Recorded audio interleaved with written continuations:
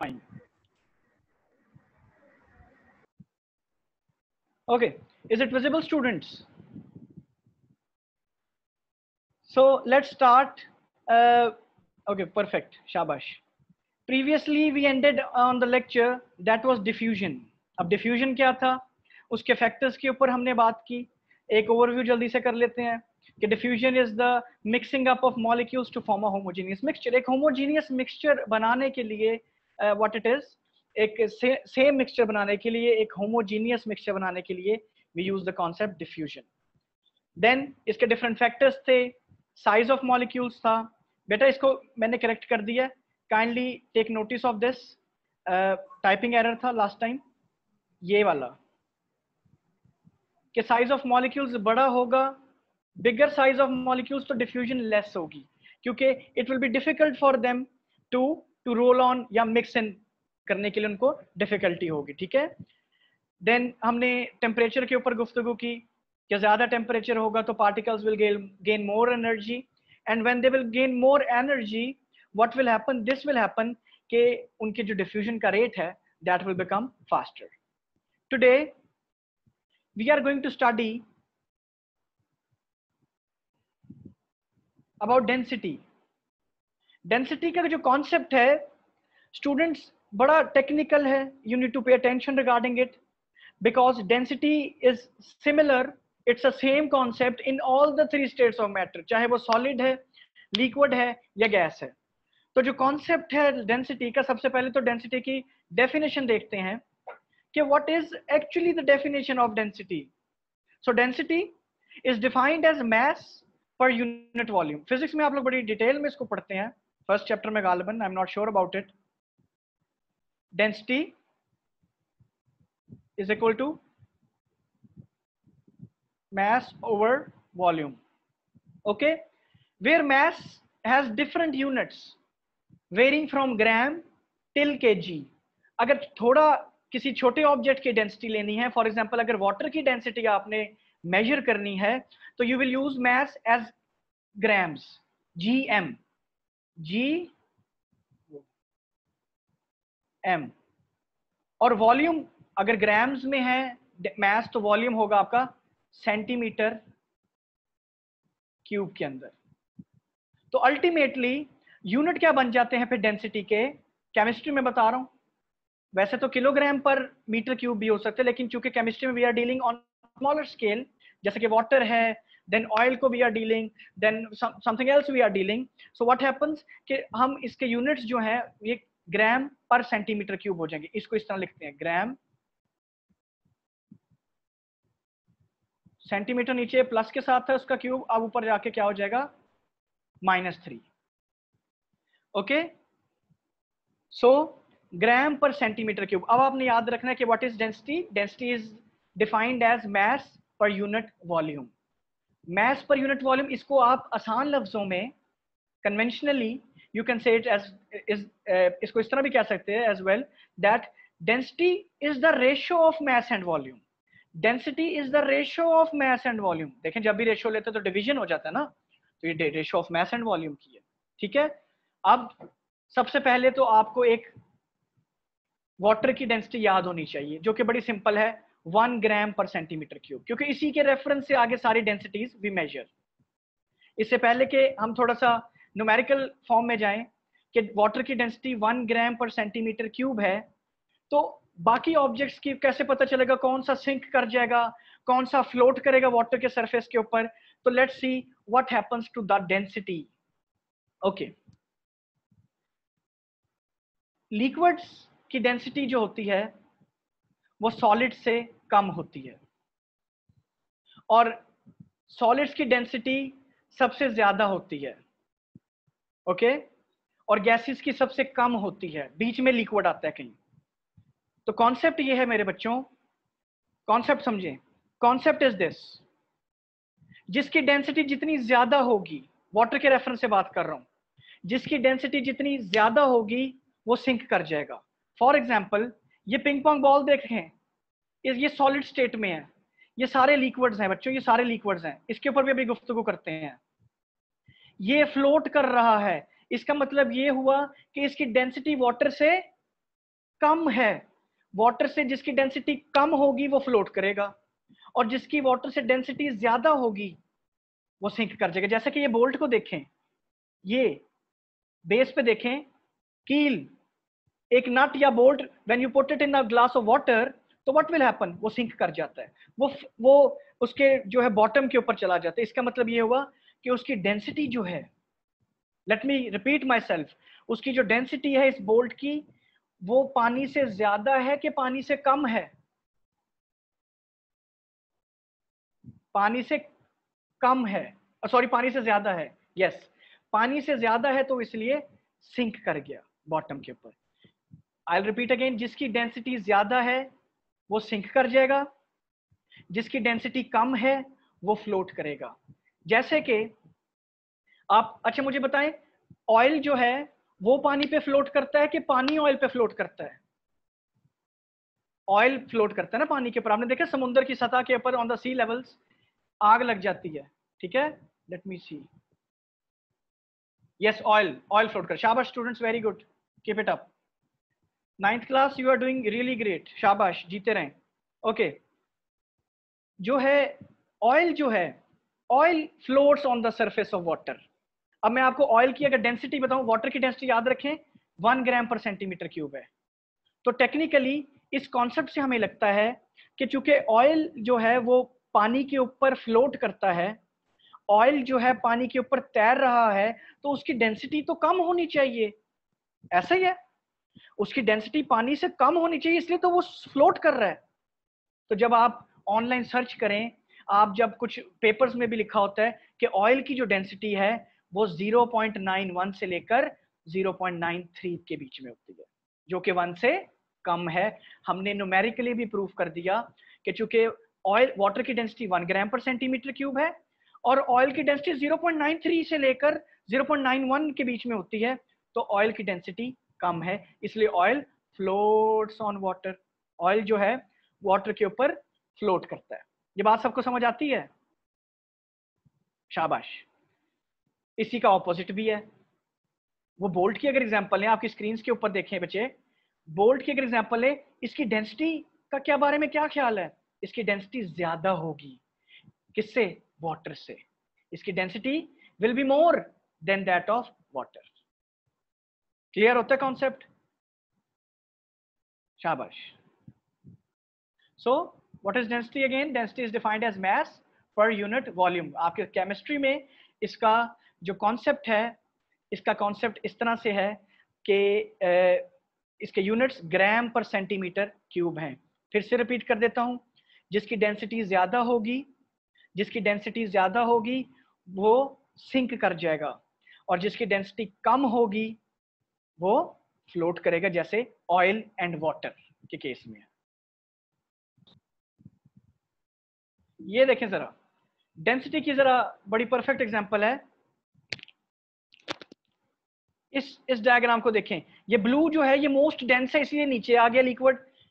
Blue को देखिएगा जरा बच्चों, ब्लू कलर को, सबसे डेंस ब्लू, फिर पर्पल, और सबसे लेस डेंस कौन सा है? Red colour. और चूंकि सबसे लेस डेंस रेड है तो इसलिए वो सबसे ऊपर है। उसके बाद ये देखें, ये सबसे मोस्ट डेंस है, फिर पर्पल कलर जो है वो उससे कम डेंस है, और रेड जो है सबसे कम डेंस है, इसलिए रेड सबसे ऊपर है, ब्लू पर्पल उसके नीचे है, और सबसे मोस्ट डेंस कौन सा है? Blue colour. ठीक है बेटा, ये पानी की एग्जांपल देखें। आइस इन वाटर की जब आप एग्जांपल देखते हैं, आइस फ्लोट्स ऑन वाटर, इसका मतलब क्या हुआ कि आइस जो है वो मोर डेंस देन वाटर के लेस डेंस देन वाटर है? लेस डेंस देन वाटर है, पानी से कम डेंस है, इसलिए वो फ्लोट कर रही है पानी के ऊपर। बर्फ जो है पानी से कम डेंस है, इसलिए वो फ्लोट करती है पानी के ऊपर। Okay, let's proceed further. Solid state हमारा लास्ट टॉपिक है, इसके बाद ये चैप्टर जो है खत्म हो जाएगा। We will be finishing our chapter today इंशाल्लाह। Okay, so what is actually a solid? Solid का आप जरा देखें, सॉलिड, ये जो आपके सामने पिक्चर है सॉलिड की, it is moving at their fixed position. ऐसा नहीं है कि ये वाला जो मॉलिक्यूल या एटम है वो इधर आके जो है मूव कर रहा है, या ये बीच वाला जो मॉलिक्यूल या एटम है वो इधर आके मूव कर रहा है। ऐसा नहीं है। Solids have fixed position and their particles are although vibrating but at their fixed positions. Vibrate तो करते हैं लेकिन फिक्स्ड पोजीशन के ऊपर। क्यों? आपके सामने है, क्लियर है, क्रिस्टल क्लियर बात है कि इनके बीच में स्पेसेस नहीं है। हाँ, थोड़ी सी स्पेसेस तो होती हैं। अच्छा, ये याद रखें, केमिस्ट्री में इन छोटी छोटी स्पेसेस को वॉइड्स कहते हैं। Voids, VOIDS। जो मॉलिक्यूल्स के एटम्स के बीच में जो स्पेसेस होती हैं उनको वॉइड्स कहते हैं। क्या कहते हैं बच्चों? Void, VOID, voids. क्योंकि ये खाली स्पेसेस होती है, लेकिन ये इतनी ज्यादा स्पेशियस नहीं होती कि ये वाला एटम जो है वो इस एटम के बीच में से गुजर जाए। इसलिए atoms of solid vibrate eight their fixed constant positions. Okay, clear? शाबाश।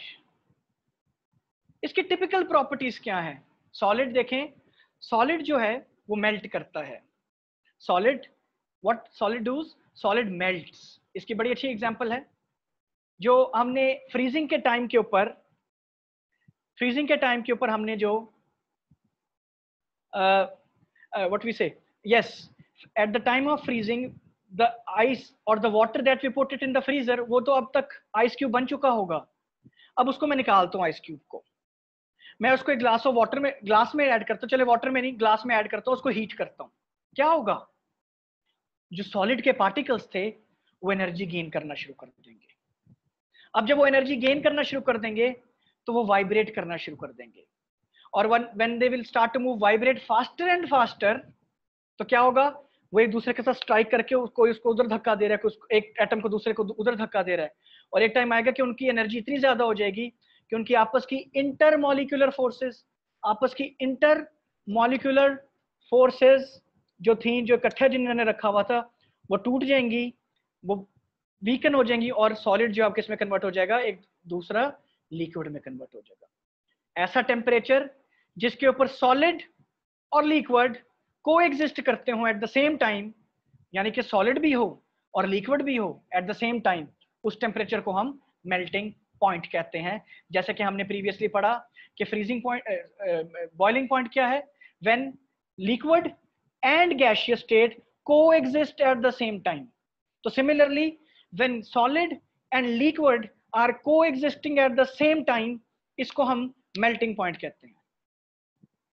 सबसे बड़े अच्छी एग्जांपल ये है कि जब तक, और अब आप जब मेल्टिंग पॉइंट इंक्रीज करते हैं तो सॉलिड जो है वो टोटली लिक्विड में चेंज हो जाता है। ठीक है? और अगर मैं उसी लिक्विड को कॉन्स्टेंटली हीट करता जाऊं तो वो किस में चेंज हो जाएगा बच्चों? गैस के अंदर। इसको मैं कहूंगा बॉइलिंग। और ऐसा टेम्परेचर जिसमें लिक्विड और gas at the constant temperature होंगे उसको मैं कहूंगा बॉइलिंग पॉइंट। बॉइलिंग पॉइंट में उसको कहूंगा। शाबाश। रिजिडिटी, रिजिडिटी की जब आप बात करते हैं, व्हाट इज रिजिडिटी? सख्त होना किसी चीज का। Solids are very rigid. ठीक है? Solids, what are solids? They are very rigid. Okay, सख्त हैं। Why they are rigid? Because their molecules are tightly packed with each other. वो tightly packed हैं। अगर मैं उसके ऊपर प्रेशर लगाता हूँ, when I put pressure on it, तो what happens? वो जो है डी शेप नहीं होता, क्योंकि उसके पार्टिकल्स जो हैं फिक्स्ड पोजीशंस के ऊपर हैं। हाँ, फिजिकल मीन्स के साथ तो वो चेंज नहीं हो सकता, लेकिन certain chemical means are there by which you can change. लेकिन कॉन्सेप्ट जो रिजिडिटी का है वो सिर्फ आपके लिए, आपके लेवल तक ये है कि सॉलिड्स जो है वो रिजिड होते हैं, सख्त होते हैं। क्यों? क्योंकि वो अपने स्ट्रक्चरल चेंज को रेजिस्ट करते हैं। दे रेजिस्ट द स्ट्रक्चरल चेंज, अपने स्ट्रक्चर को चेंज नहीं होने देते वो। इसकी एग्जांपल है, this is a solid, this is a solid, I am putting pressure, इसके ऊपर मैं प्रेशर लगा रहा हूँ, लेकिन ये अपने स्ट्रक्चरल चेंज को रेजिस्ट कर रहा है, रिस्ट्रिक्ट कर रहा है। क्यों? क्योंकि इसके जो पार्टिकल्स हैं they are tightly packed with each other, and since they are tightly packed with each other, it is difficult to overcome the attractive forces of it. तो इसलिए जो सॉलिड्स हैं वो रिजिड होते हैं, सख्त होते हैं। हर सॉलिड देख लें, वुड देख लें आप, कोई भी सॉलिड देख लें, it is rigid in nature. Students, okay fine, so no cross talking when I am teaching please. Density का कॉन्सेप्ट मैं आपको बता चुका हूं, सॉलिड्स की डेंसिटी मैक्सिमम, फिर लिक्विड्स की, और सबसे कम डेंसिटी गैसेस की। इसलिए देखें गैसेस हमेशा ऊपर को जाती हैं। अब अगर गैसेस में भी आप देखें डेंसिटी की बात करें, हीलियम का जो बलून है वो कुछ बलून्स ऊपर को उड़ते हैं। इसका मतलब ये हुआ कि वो जो गैसेस आपकी एयर से कम डेंस हैं। Helium is less dense then air, इसलिए वो ऊपर को चली जाती है, वो ऊपर को चली जाती है एयर से भी। एयर का जो होता है कॉन्सेप्ट, आपका जो लेवल होता है उससे भी ऊपर चली जाती है हीलियम। अब types of solid last topic है बच्चों, ये बड़ा इंपॉर्टेंट टॉपिक है, इसको बड़े ध्यान से समझें क्योंकि इसका ऑलमोस्ट एक कंपल्सरी क्वेश्चन शॉर्ट में आ जाता है। अब टाइप्स ऑफ सॉलिड दो किस्म के होते हैं। कभी आपने देखा है कि एक ये सॉलिड हो, एक वुड हो, या जो दूसरा है वो आपका एक कॉटन कैंडी हो। कॉटन कैंडी को क्या कहते हैं उर्दू में? मुझे इसमें से ईद मुबारक वाले नोट निकलती फाइन, ओके, ये नहीं कहते, आई विल टेल आफ्टरवर्ड्स। तो कॉटन कैंडी जो होती है बेटे, कॉटन कैंडी का स्ट्रक्चर और सॉलिड या सोडियम क्लोराइड का स्ट्रक्चर आपको लगता है सेम होगा? नहीं। तो यहाँ पे केमिस्ट ने अपने सर जोड़ के ऑब्जर्वेशंस की, एक्सपेरिमेंटेशंस की, and they came up with this idea कि सॉलिड्स जो हैं वो दो किस्म के होते हैं। आपके लेवल पे दो किस्म के होते हैं, वैसे क्रिस्टलाइन के भी बहुत सारे एग्जांपल्स हैं, एमॉर्फस की भी आगे एग्जांपल्स हैं, but at your level we just have two types of solids, one is crystalline solid and the other one is amorphous solid. आपकी बुक के अंदर पेज नंबर 90 के ऊपर इट इज इन डिटेल, इस पे भी डिटेल में मैं बताऊंगा। आज ये चैप्टर कंप्लीट हो जाएगा तो I will send you the this power point presentation, I will send it to sir Shakeel, he can send it to you in the group. Okay, solids दो किस्म के, क्रिस्टलाइन और एमॉर्फस। अगर आप पिक्चर की तरफ देखते हैं आपकी स्क्रीन के ऊपर, तो क्रिस्टलाइन सॉलिड के बारे में क्या ख्याल है? बड़ा रेगुलर पैटर्न है इनका, फिक्स्ड शेप है, फिक्स्ड पोजीशन है, एक बड़ा स्टैंडर्डाइज्ड सा एक स्ट्रक्चर है जो कि बड़ा एक ऑब्वियस सा स्ट्रक्चर नजर आता है। लेकिन एमॉर्फस सॉलिड का जो स्ट्रक्चर देखें, इसकी पोजीशंस भी फिक्स नहीं है, स्पेसिंग भी किसी की कम है, किसी की ज्यादा है, किसी की बहुत कम है, कोई साथ साथ जुड़ा हुआ है तो सॉलिड, लेकिन पोजीशनिंग का फर्क आ गया। किसका फर्क आ गया? पोजीशनिंग का फर्क आ गया।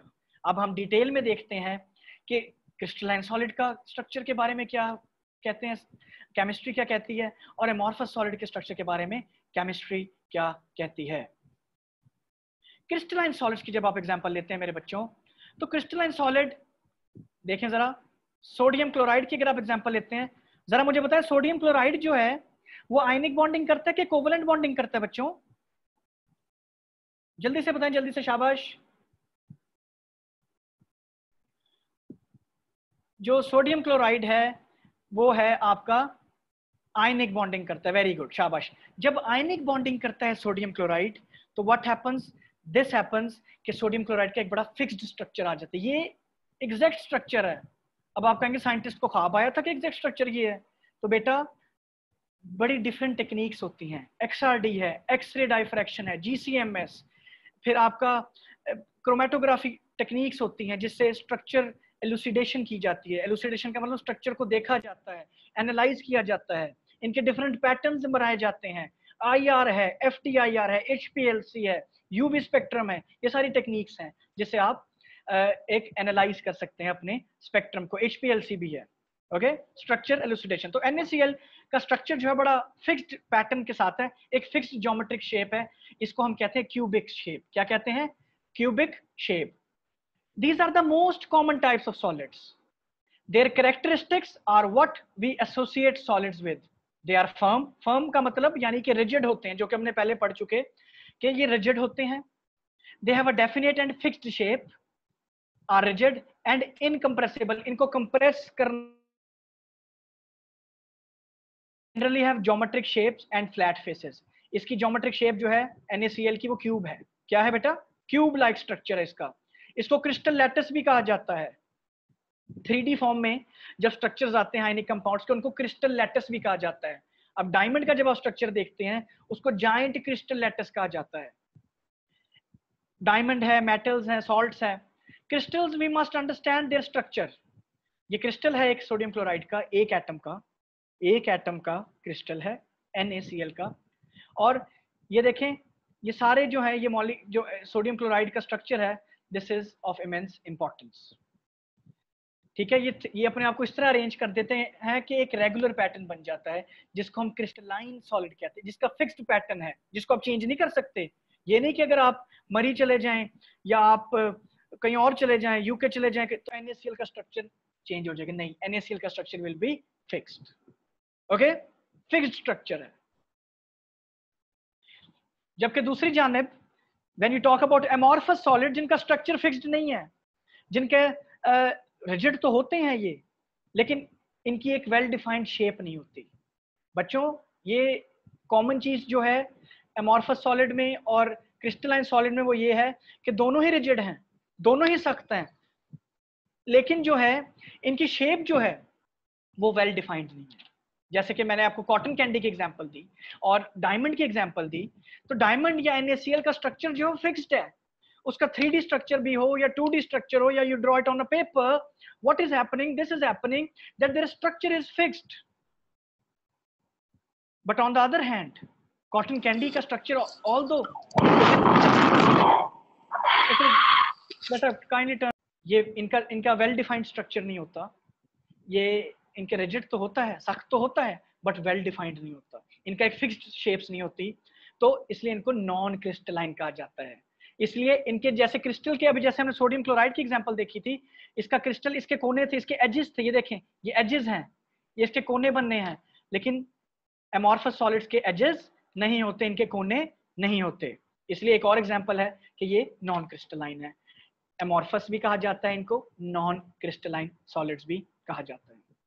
प्लास्टिक सबसे बड़े एग्जांपल है, रबर सबसे बड़े एग्जांपल है एमॉर्फस सॉलिड्स की, क्योंकि इनके फिक्स्ड शेप नहीं, ये क्रिस्टल की तरह नहीं होते, इनके एजेस नहीं होते। Okay, this variation in characteristics of solids occurs due to the arrangement of their molecules. अब क्यों कोने नहीं होते, क्यों क्रिस्टल्स नहीं होते एमॉर्फस सॉलिड के, क्रिस्टल लाइक स्ट्रक्चर नहीं होता? क्योंकि इनका 3 डायमेंशनल स्ट्रक्चर नहीं होता। इनके जो अरेंजमेंट होता है मॉलिक्यूल्स का, इनके एटम्स का जो अरेंजमेंट होता है, ये वाली जरा टर्म देखें, इसको देखें, ये कहीं से लग रही है क्रिस्टल लाइक, रेगुलर पैटर्न तो नहीं है, इसमें स्पेसिंग देखें और इन दो एटम्स में स्पेसिंग देखें, स्पेसिंग ही डिफरेंशिएट हो रही है, एक ही एटम के अंदर, एक ही मॉलिक्यूल के अंदर डिफरेंशिएट हो रही है आपकी स्पेसिंग, तो इसलिए they are called amorphous solids या non crystalline solids. Okay, last term allotropy. Allotropy क्या होती है? एक ही एटम का दो या दो से ज्यादा इकसाम में एग्जिस्ट करना is called allotropy. For example, oxygen है और ओजोन के बारे में आपको पता है ना। ऑक्सीजन, जो आपकी एयर के अंदर ऑक्सीजन है, उसका फॉर्मूला है O2, लेकिन जो ओजोन है उसका फॉर्मूला है O3। उसमें ऑक्सीजन के 3 एटम हैं, लेकिन आपकी जो एयर में ऑक्सीजन उसमें 2 एटम हैं। इसका मतलब ये हुआ कि दोनों ही गैसियस स्टेट में है। तो क्या मैं ये कह सकता हूं कि since they are occurring in the same state, they are existing in the same state but with different chemical composition, एक के 2 एटम है, एक के 3 एटम है, तो क्या मैं कह सकता हूं कि ये सारे के सारे एक दूसरे के एलोट्रोप्स हैं। Existence of an element in 2 और मोर देन 2 फॉर्म्स। अब ये कार्बन को देखें, ये सारी कार्बन की एग्जांपल, एक कार्बन है, ये ग्रेफाइट है, सॉलिड है, ये डायमंड है, ये भी सॉलिड है, ये फ्यूलरीन है, ये भी सॉलिड है, लेकिन इसका स्ट्रक्चर फर्क है, इसका फर्क है, इसका डिफरेंट है। तो स्ट्रक्चर की बेसिस के ऊपर भी और उसकी केमिकल कॉम्पोजिशन की, एटम्स की बेसिस के ऊपर भी और केमिकल कॉम्पोजिशन की बेसिस के ऊपर भी वी से कि ये जो है ये एलोट्रोप्स हैं। क्या है बच्चों? ये एलोट्रोप्स हैं।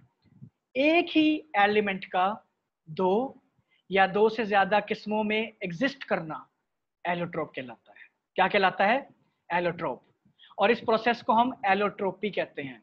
क्या कहते हैं बच्चों? एलोट्रोपी। वी से इट एलोट्रोपी। और ये समझ आए बेटे? शाबाश। ये देखें परफेक्ट एग्जांपल, ये आपके सिलेबस में भी है, इसलिए इसको ध्यान से सुनिएगा, समझिएगा।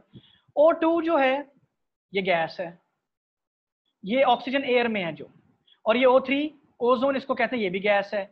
इसका मतलब ये हुआ ये दोनों एक दूसरे के क्या हैं? एलोट्रोप्स हैं। क्या है बेटे? एलोट्रोप्स हैं एक दूसरे के। इसमें दो ऑक्सीजन के एटम है, इसमें तीन एटम है, तो existence of the same element, ये भी ऑक्सीजन है ये भी ऑक्सीजन है, सेम एलिमेंट इन टू और more than two forms is called allotropy. अब समझ आता है कॉन्सेप्ट बेटे? हम ना बेटे समझ आई? शाबाश शाबाश। ओके, फास्फोरस के एलोट्रोप जरा देखें। ये P4 है, ये क्या है बेटे? P4 है, ये भी P4 ही। वन एक जो है इसको देखें, इसने भी 1 2 3, ये भी टोटल ओवरऑल P4 है, लेकिन इसका कलर फर्क आ गया। ये देखें, ये वाइट था, लेकिन जब इसको अंडर सर्टेन कंडीशंस हमने चेंज अप किया, फास्फोरस के एलोट्रोप्स कैसे बन गए? अब ये क्या बन गया? ये भी P4 और ये भी P4। ये P4 से किस में चला गया? कलर चेंज हो गया। यानी कि एग्जिस्ट सेम कर रहा है, लेकिन उसका कॉम्पोजिशन चेंज हो गई, उसका कलर चेंज हो गया। पहले व्हाइट था, अब किस में चेंज हो गया? रेड के अंदर। आपकी बुक में इसकी कंडीशंस लिखी हुई, आपको आनी चाहिए, पेपर के अंदर आती हैं कंडीशंस कि नहीं मैंने 2 एलोट्रोप्स, पेज नंबर 90 के ऊपर ही है। फिर एलोट्रोप्स ऑफ, जब आप देखते हैं सल्फर के, सल्फर के एलोट्रोप्स जो हैं वो स्ट्रक्चरल चेंज लेके आते हैं। ठीक है, सल्फर जो है सल्फर ये भी S8 की फॉर्म में एग्जिस्ट कर रहा है, S8, और ये भी S8 की फॉर्म में एग्जिस्ट कर रहा है। लेकिन अब इसकी चेंज क्या है? फर्क कैसे आ गया? कैसे पता चला कि एलोट्रोप है? इसकी शेप चेंज हो गई रोम्बिक से, ये रोम्बिक इसको कहते हैं, ये रोम्बिक शेप है बच्चों, इसको हम रोम्बिक कहते हैं। क्या कहते हैं? रोम्बिक। रोम्बिक से किसमें चेंज हो गया? मोनोक्लिनिक के अंदर। आपके सामने बड़ा क्लियर है, किसका स्ट्रक्चर देखें, रोम्बिक से ये चेंज हो गया मोनोक्लिनिक में। लेकिन है ये S8 ही, 8 सल्फर ही है दोनों के अंदर, लेकिन उसकी स्ट्रक्चर में चेंज आ गई, इसलिए हमने इसको कहा ये एलोट्रोप है। एलोट्रोपी के लिए दो कंडीशंस हैं, फिर से मैं बता देता हूं। पहला, एक या एक एटम का, एलिमेंट का दो या दो से ज्यादा किस्मों में एग्जिस्ट करना, लेकिन फिजिकल स्टेट एक ही रहेगी, जैसे ऑक्सीजन की थी। O2 एंड O3 दोनों जो थे वो गैस में थे। दूसरा, उसका स्ट्रक्चर चेंज हो जाए, जैसे कि ये सल्फर के केस में स्ट्रक्चर चेंज हो गया, और जब स्ट्रक्चर चेंज हो गया तो ये एलोट्रोप बन गए। लास्ट एग्जांपल, टिन की जब आप एग्जांपल लेते हैं, still I have 3 minutes. Tin का स्ट्रक्चरल चेंज देखें। टिन जो है ये क्यूबिक स्ट्रक्चर इसको कहते हैं बेटे, वी कॉल इट क्यूबिक। जैसे सोडियम क्लोराइड का था ना क्यूबिक स्ट्रक्चर, अभी पीछे हमने पढ़ा। क्यूबिक जो है अब किस में कन्वर्ट हो गया है? टेट्रागोनल में। किस में कन्वर्ट हो गया है? टेट्रागोनल। 4 गोनल होता है फेसेस, 4 फेसेस वाला टेट्रागोनल। ये देखें क्यूब की तरफ इसकी कन्वर्जन हो गई है, क्यूब से ये टेट्रागोनल में चला गया है। और ये पहले इसका कलर ग्रे था, और अब जो है ये किस में कन्वर्ट हो गया? ये वो है रिवर्सिबल प्रोसेस है। अभी कूल किया है, अगर इसको आप हीट करेंगे तो ये वाला जो शेप है ये वापस इसमें कन्वर्ट हो जाएगी। ये रिवर्सिबल प्रोसेस है, ये चलता रहता है। ठीक है, ग्रे था, अगर आपने बैकवर्ड्स जाना है तो इसको हीट करेंगे आप इस वाले को, तो ये ग्रे से वापस किस में कन्वर्ट हो जाएगा? व्हाइट में कन्वर्ट हो जाएगा।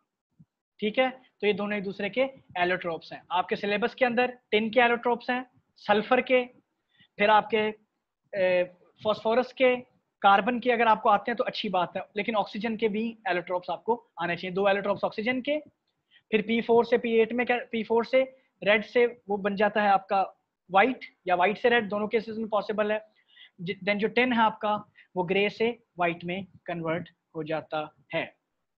I hope I am pretty much clear. Yes, carbon के भी जो हैं वो बन जाते हैं। So if you have any question you can ask from me, and congratulations to all of you. Today's chapter has